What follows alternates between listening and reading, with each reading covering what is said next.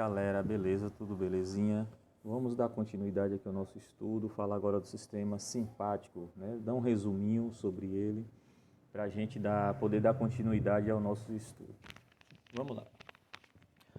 Lembrando que o sistema parasimpático, ele está localizado na região crânio-sacral, né? Crânio-sacral. Para ficar mais fácil o entendimento, o parasimpático ele está mais distante, ou seja, crânio e a região sacra, não é crânio sacral. Já o simpático, eles estão um colado no outro, é o tórax e a lombar, então é tóraco-lombar, né?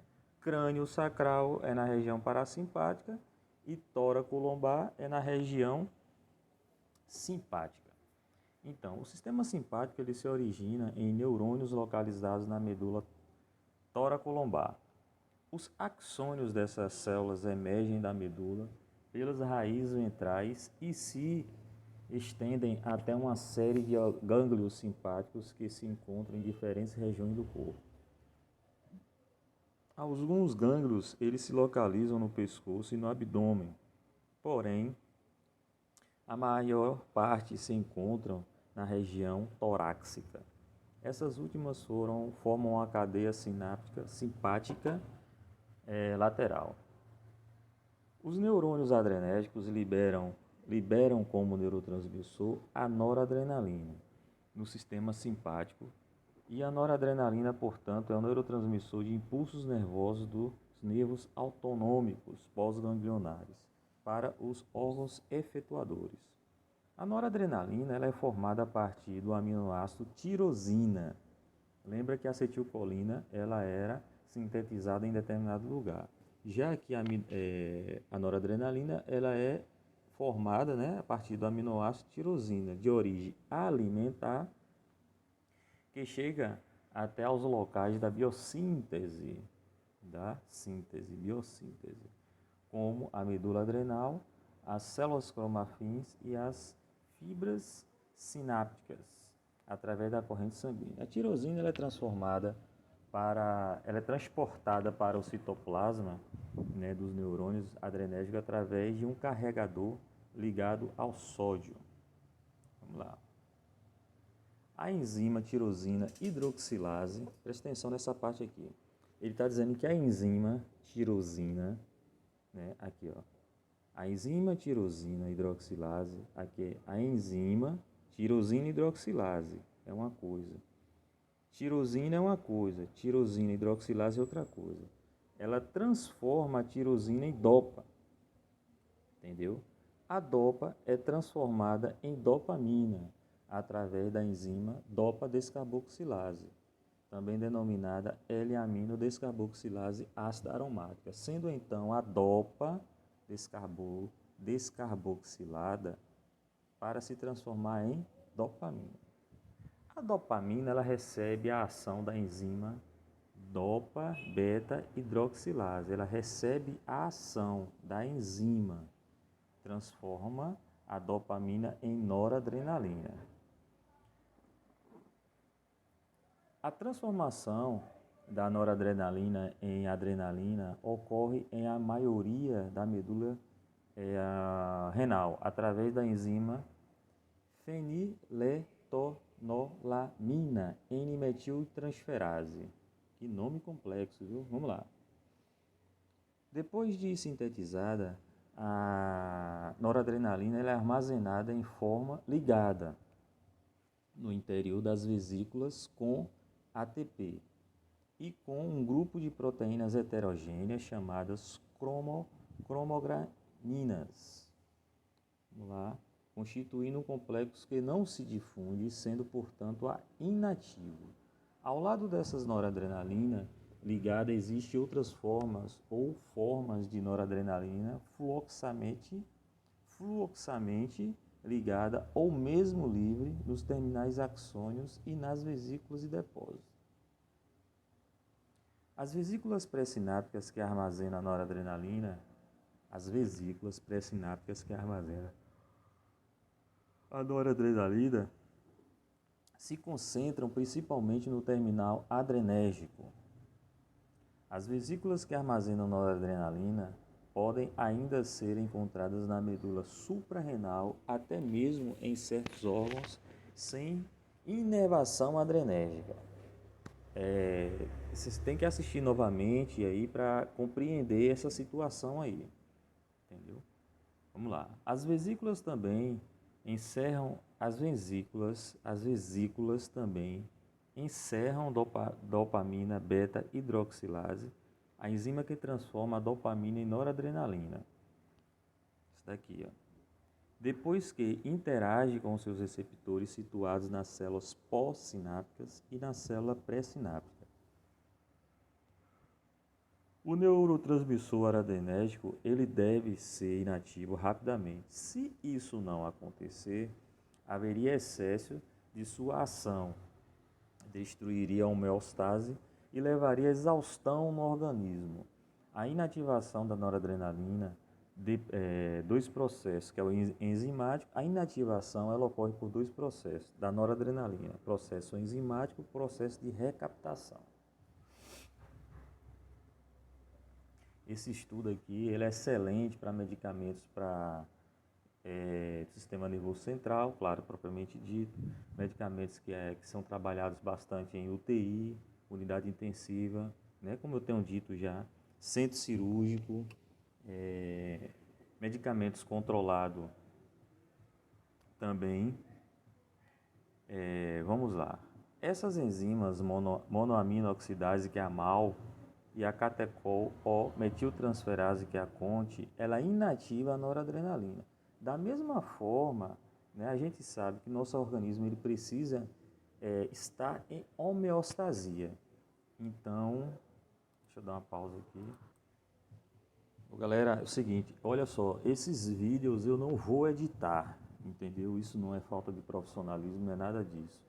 Eu quero deixar o vídeo o mais... como se estivesse trocando uma ideia com um colega, né? Conversando, dialogando. Porque se for para levar um negócio muito a sério, farmacologia já é um assunto muito difícil, complexo. A gente sabe que é um dos cursos mais difíceis que tem. E aí você pega um vídeo para assistir, todo bonitinho, todo organizado, sem erro de ortografia, sem erro gramatical, a pessoa fica com aquele todo cuidado para falar palavras bonitas. Então vamos fazer o negócio de uma forma que a gente precisa compreender. Entender a gente já entende, agora a gente precisa compreender o negócio. Quando você compreende o assunto, cara, você leva isso para a sua vida toda, sabe? Farmacologia, ela é difícil quando você não sabe os caminhos certos de estudar, entendeu? Você não estuda por livro, você fica olhando os slides que o professor passa, isso tudo aí atrapalha. O slide que o professor leva para a sala, ali é uma ferramenta que ele tem para que o aluno tenha um entendimento mais rápido, um entendimento, uma base. Mas ele precisa ir para casa estudar, precisa pegar o livro, ler, estudar, ler, estudar. Inclusive eu falei dois livros aqui, é Penildo Silva e Hank Dillon. Então são dois livros maravilhosos. O Penildo Silva eu estudo mais ele para interações medicamentosas, né? Eu vou depois ensinar vocês como é que eu faço isso. Eu coloco o PDF, coloco o nome do medicamento, você faz uma pesquisa, uma busca rápida, então ele filtra, você consegue filtrar, na verdade, não é o livro que faz isso não, você consegue filtrar as interações medicamentosas, aí ó, fica filé para o seu dia a dia, chega um cliente na farmácia comunitária, você consegue fazer um estudo, né, rapidamente ali, ou se o cliente desejar, ele pode voltar depois e você está conversando com ele. Tem pacientes que usam mais de 8 medicamentos, então com certeza tem uma interação medicamentosa ali, sabe? E a outra coisa que eu falei foi o que mesmo? Assim, o Hank Dillon, ali ele já é excelente porque ele já tem muito a fisiologia, então ele vai estudar a parte farmacologia e fisiologia. Fisiofarmacologia, ó, excelente. Ele vai e volta na fisiologia, sabe? Então fica excelente para estudar.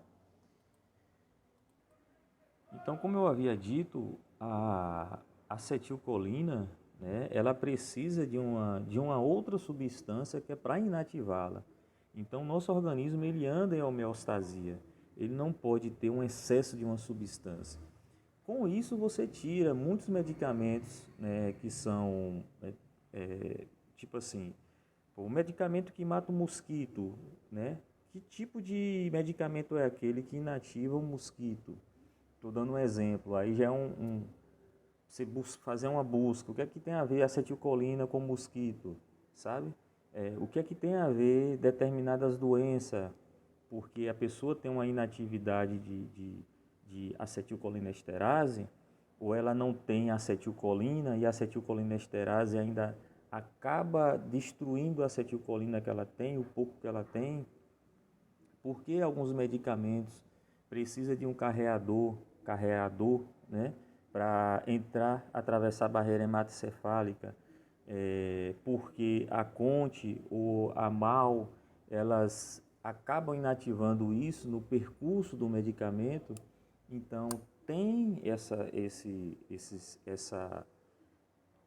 homeostasia justamente porque existem muitos medicamentos que têm essa questão, sabe? Então a gente precisa saber que a acetilcolinesterase vai inativar ela. Então você já está sabendo agora que quem inativa a noradrenalina, né? Para transformar a noradrenalina, você viu o percurso para chegar.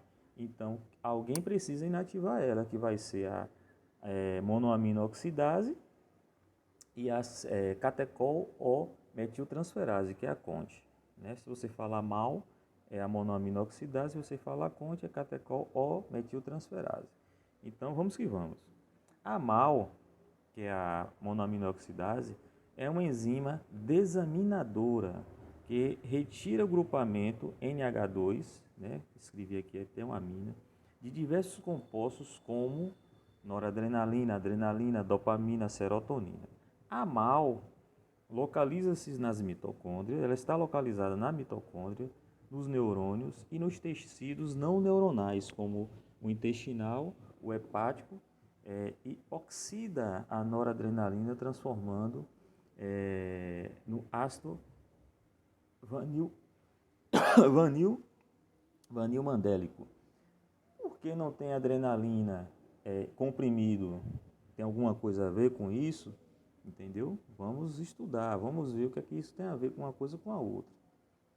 Por que não tem dopamina em comprimido? Por que não tem noradrenalina em comprimido? Se você utilizar isso, vai ser inativado pela MAL, né? Porque ele está dizendo aqui que onde é que ela está localizada? Ela diz que está localizada também no intestino, na região intestinal. Entendeu? Vamos lá. Aí você tira, né, as interações medicamentosas e o porquê que muitos medicamentos precisam ser utilizados com auxílio de outro medicamento, onde na verdade aquele outro medicamento não é para fazer o efeito esperado, e sim para ajudar o medicamento, o protagonista a agir. Tá entendendo? É isso aí. Não é mais ou menos isso não, é isso aí. Existem duas formas, tá vendo que eu não quero editar os vídeos? Porque se eu editar, para mim vai ficar até confuso. Então eu prefiro fazer desse jeito. Quem gostar, gostou. Quem não gostou, né, a gente vai procurar outros meios para estudar. Mas com certeza muitos irão gostar da forma como eu falo aqui. Existem duas formas moleculares de MAL. A que possui transferência de substrato para 5-HT, denominado MAO-A, constituindo o principal alvo dos antidepressivos, inibidores da monoaminoxidase, e exibem também a MAO-B, né, que possui preferência de substrato para feniletilamina, sendo que ambas as enzimas atuam sobre a noradrenalina e a dopamina. Se liga aí, que eu falei agora há pouco atrás aí. A Conte abundante no fígado, transforma a noradrenalina em compostos metabólicos metanefrina e normetanefrina. Entendeu? A noradrenalina vai ser metabolizada, vai se transformar nisso aqui, ó, metanefrina e normetanefrina. A CONT ela regula principalmente as catecolaminas circulantes. As terminações nervosas adrenérgicas, ela tem capacidade também de recapturar a noradrenalina através da fenda sináptica. Você viu que lá no início eu falei que são duas formas de inativar a noradrenalina. É através da recaptação, quando você recapta ela, você, entre aspas, você está inativando o efeito dela, né, que ela vai fazer o processo inverso, ou quando você usa a MAO ou a CONT para inativá-la. Ou a inativação ou a recaptação. Beleza? Então, as terminações nervosas adrenérgicas elas têm a capacidade também de recapturar a noradrenalina através da fenda sináptica, mediante um sistema metabólico transportador, sendo armazenado novamente nas vesículas pré-sinápticas, também através de outros sistemas de transporte.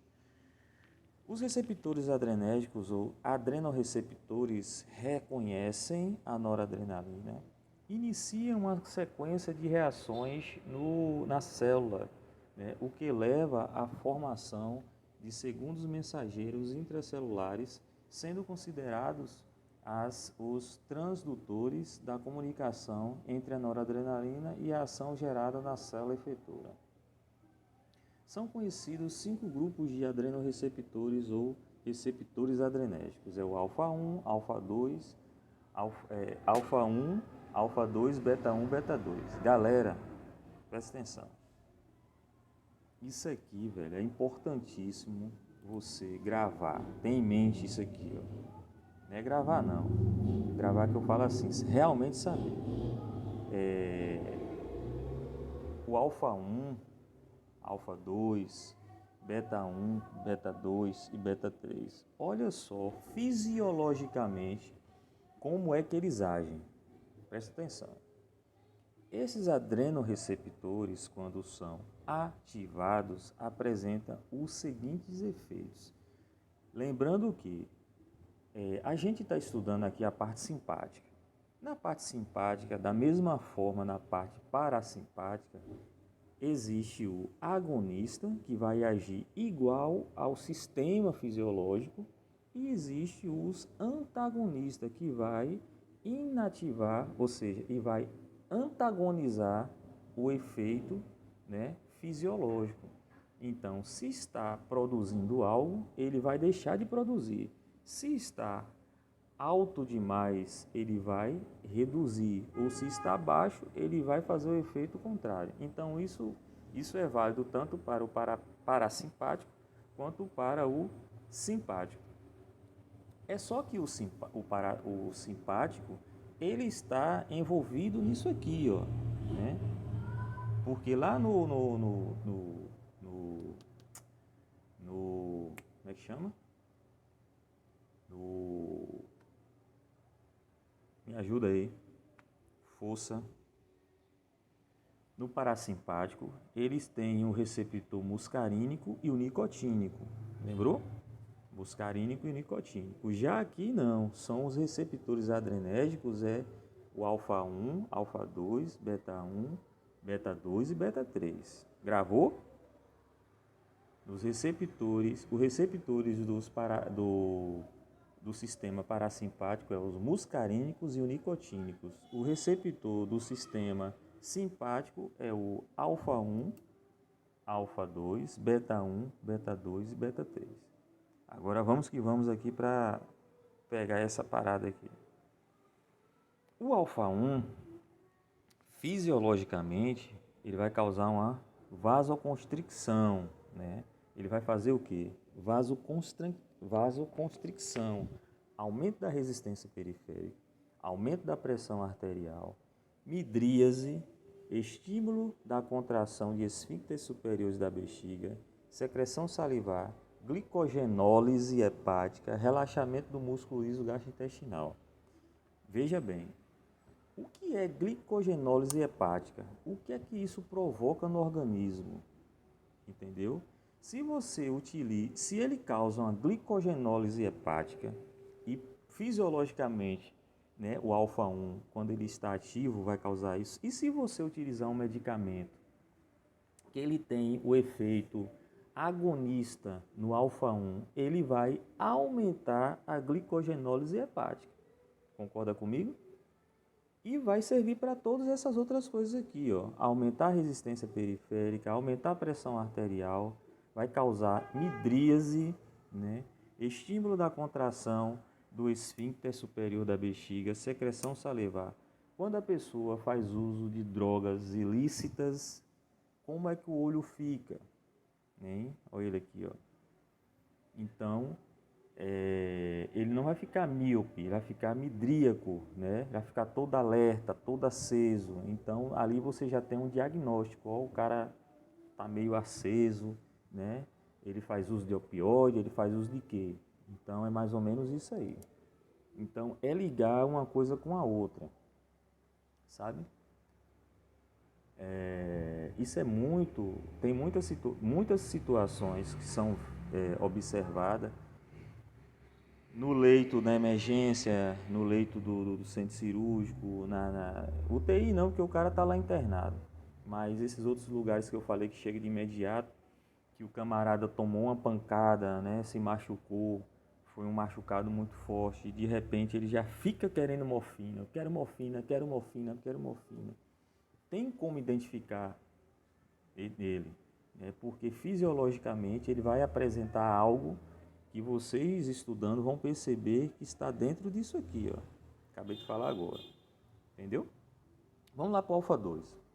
Alfa 2, inibição da liberação de neurotransmissores. O alfa 2, ele vai fazer uma inibição da liberação dos neurotransmissores, incluindo a noradrenalina, inibição da liberação da insulina, inibição da agregação plaquetária, né? Dá uma pausa aqui. Você entendeu?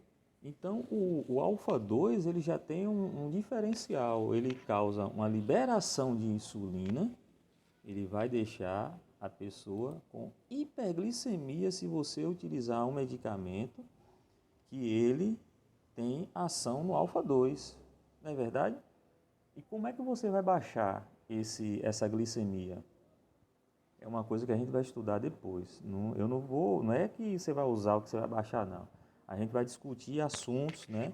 Estudo de caso que fala nessa situação sobre a liberação de insulina, que você não consegue baixar. Se você está usando um medicamento que é um custo-benefício para você manter o paciente monitorizado, como você vai conseguir baixar essa glicemia, mesmo você fazendo a solução de insulina, entendeu? Não consegue baixar, né? Não consegue baixar. E a glicogenólise, onde é que entra nisso aí? Então é muita coisa para a gente, dentro do simpático, você vê que a literatura, quando você traz para a parte do medicamento, né, a gente começa a compreender porque você fala do medicamento, aí fica mais fácil. E se você tiver a oportunidade de ir para a prática, fica melhor ainda, sabe? Aí eu falei aqui da agregação plaquetária, né?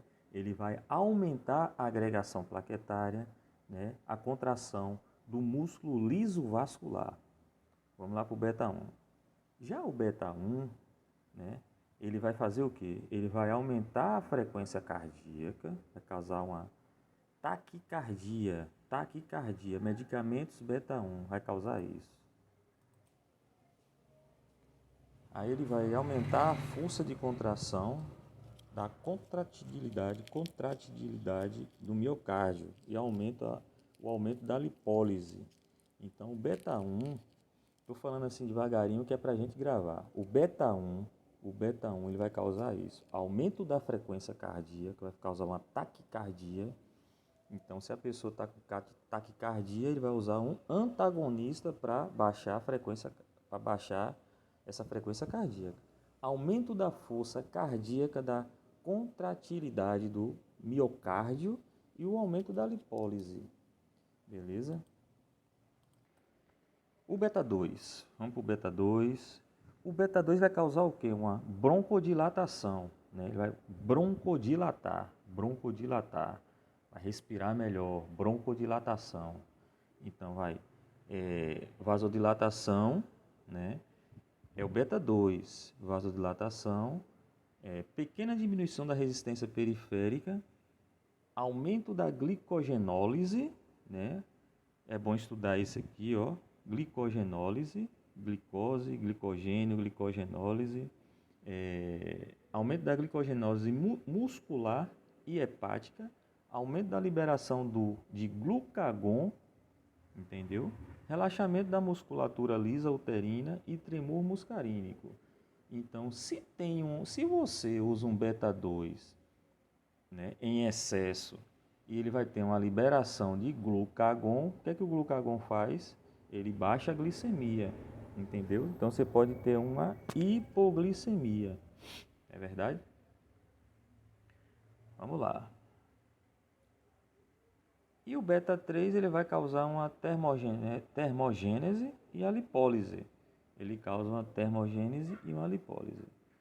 E agora aqui a gente vai ler aqui, dar uma resumida nesse, né, que é o...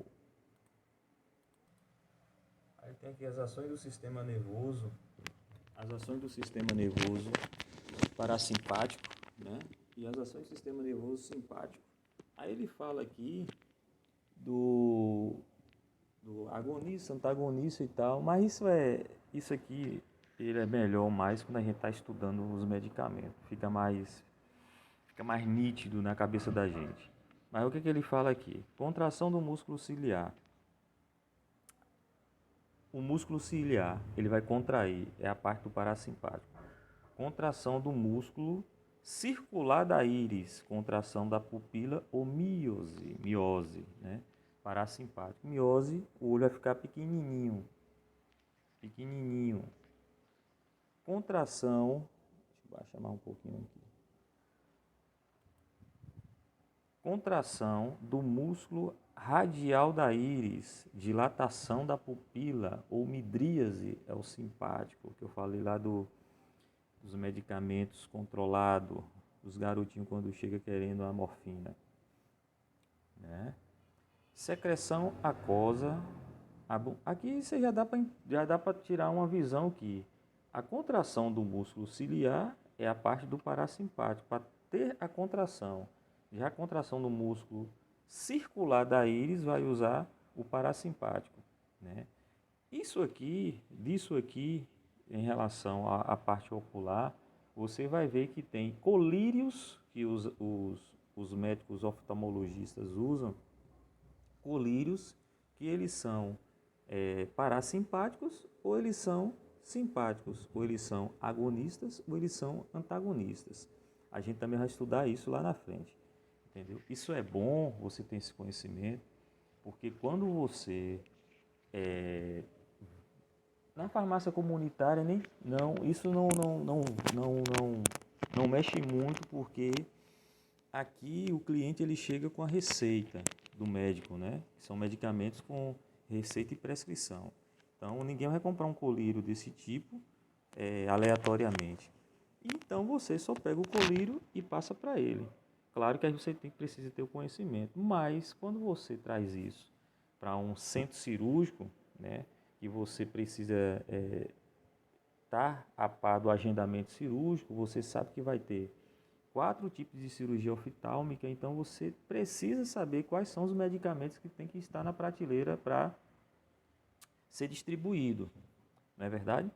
Então, esse é o entendimento do assunto aí que já fica mais confortável para você.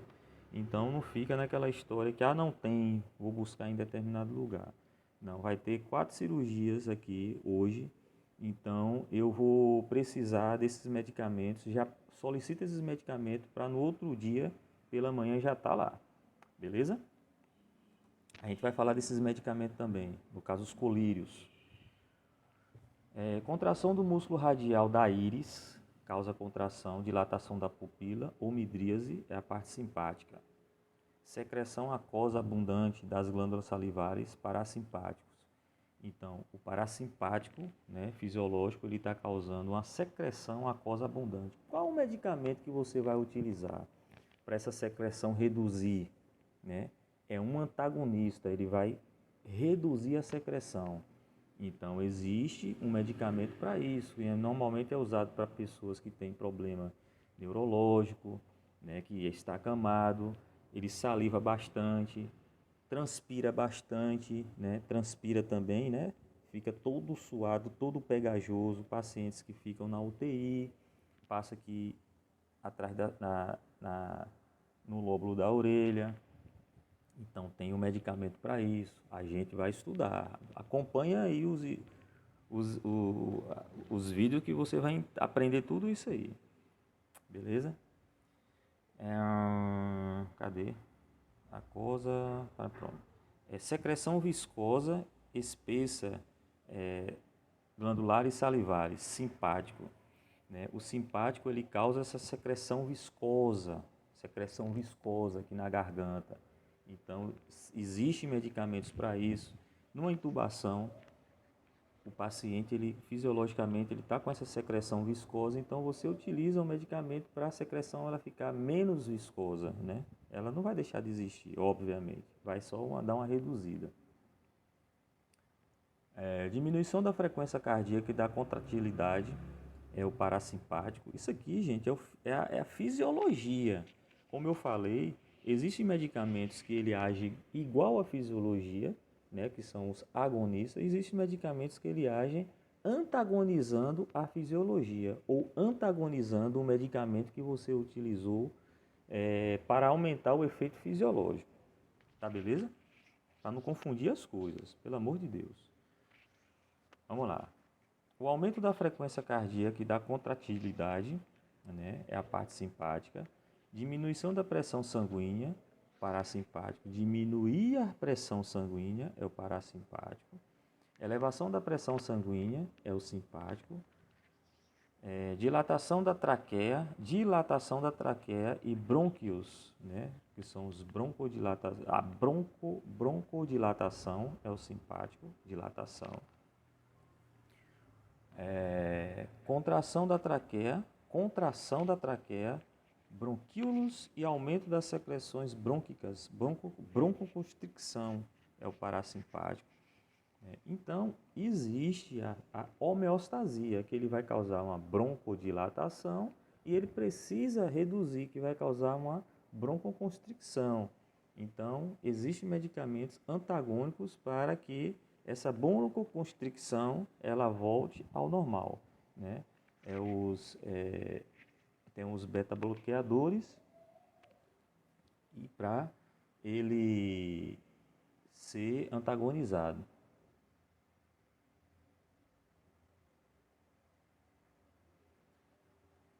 Aumento do tônus muscular e da motilidade gastrointestinal é o parasimpático, tem medicamento para isso.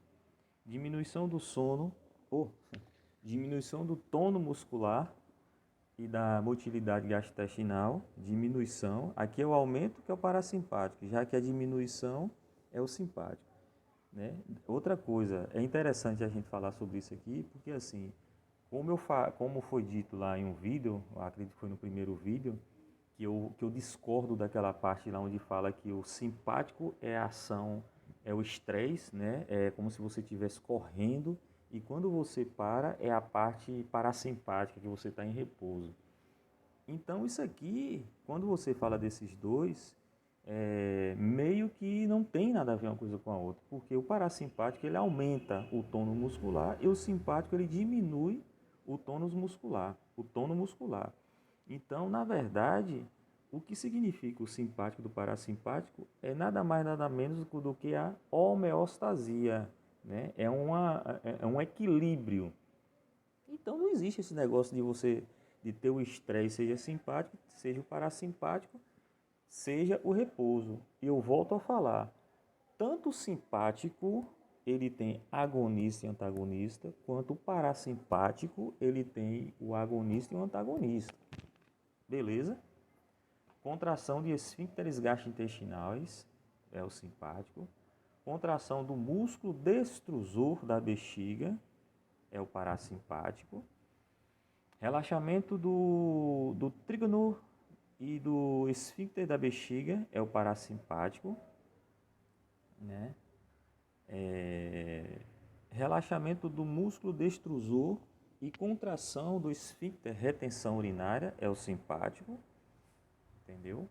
Então, se você usa o simpático, ele já causa isso. Se você usa um medicamento, né, que tem essa atividade, esse efeito colateral, vai causar uma retenção urinária, né? Existem alguns opioides que causam isso. A morfina, ela causa retenção urinária. Estudar um pouquinho sobre isso também.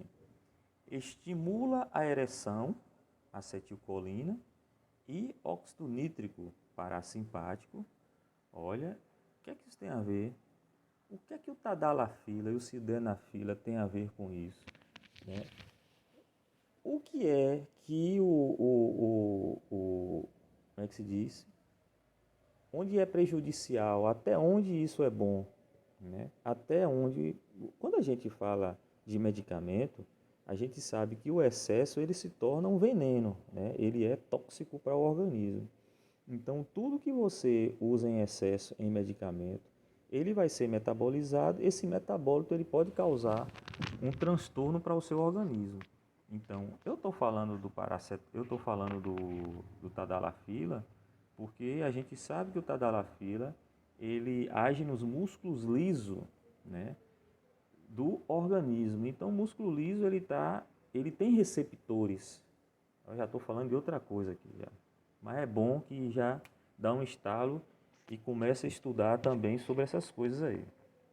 Então, tem receptores diferenciados. O receptor dos corpos cavernosos é um, o receptor do músculo liso do coração é outro, o receptor do músculo liso dos olhos, do globo ocular é um, sabe? Então, assim, esse receptor, ele está em geral na molécula do tadalafila, do sildenafila. Vamos estudar isso aí. Quando a ereção, quando tem a ereção, priadismo, cara lá tá ereto, qual medicamento utilizar, né? Se você tem fisiologicamente o parasimpático, ele causa a ereção, né? A ereção fica ereto, então você vai ter que ter um antagonista para isso. Tem um medicamento também para isso. Vamos estudando um pouquinho lá para frente, vou deixar na curiosidade. Estimula a ejaculação, é o simpático, né? Elevação da glicemia, simpático. A adrenalina inibe a produção de insulina pelo pâncreas. Liberação de ácidos graxos no sangue, é o simpático. Esse aqui, ó, só vou falar disso aqui rapidinho para a gente terminar o vídeo. Estimula a ejaculação, é o simpático. Agora vocês estão numa situação onde você está hiper mega nervoso quando você está numa atividade de amor com a pessoa. Por que você está tão nervoso? Quanto mais nervoso você fica, vai acontecer isso aqui, filho, ó. Ejaculação precoce. Então você tem que ficar calmo, você tem que ficar tranquilo. Não adianta você usar cadê ele? O tadalafila, né? E deixar você ereto, né? Aqui é o óxido nítrico. Se você não está tranquilo, seu sistema simpático ele está hiper mega à flor da pele. Então você vai também ter uma ejaculação precoce. Independente se você esteja usando o tadalafila ou não, você precisa manter a tranquilidade, estar de paz com o mundo, que ali é o momento de carinho. Galera, é o seguinte, obrigado por tudo. Eu gostaria que você divulgasse aí o canal para a gente poder estar ampliando os vídeos, né? À medida que vocês vão solicitando, sendo que esse mês a gente só vai falar só sobre sistema nervoso central, medicamento do sistema nervoso central, em especial o simpático e o parasimpático. E temos muito para estudar. Todos os dias, de segunda a sexta, até o final do mês, só vai ser esses vídeos aí. Beleza? Muito obrigado. Vamos que vamos. E amanhã tem mais. Boa.